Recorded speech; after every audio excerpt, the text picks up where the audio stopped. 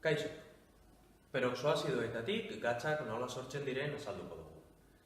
Gogoratu bardozu, oxoazidoetatik oxigatzak nola ateratzen genituen, eta hor azaldu genuen guztia hemen aplikagarria da. Gertatzen den gauza bakarra, azido normalen izen auki beharrean, peroxoazidoa daukagula edo tioazido bat edo azido polimero bat ukiko dugula.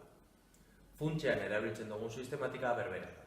Adibidez, azido peroxofosforikoa baldin badago, azido peroxofosforikoari hidrogeno guztiak kentzen badiogu, 3 elektroi eramango ditu eta 3 elektroien beharrean utziko gaitu, eta adibidez, kromoa topatzen badu, 3 elektroi hauek dituela, batek beteko ditu honek behar dituen elektroiak.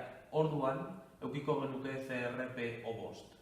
Eta izango zen peroxofosfato, azido peroxofosforikotik datorlako, kromiko. Kromoak erabiltzen duelako hemengo balentzia. Orain, klasean egingo ditugu ariketak eta dituzuen duda guztiak galdetu behar dituzue. Ana!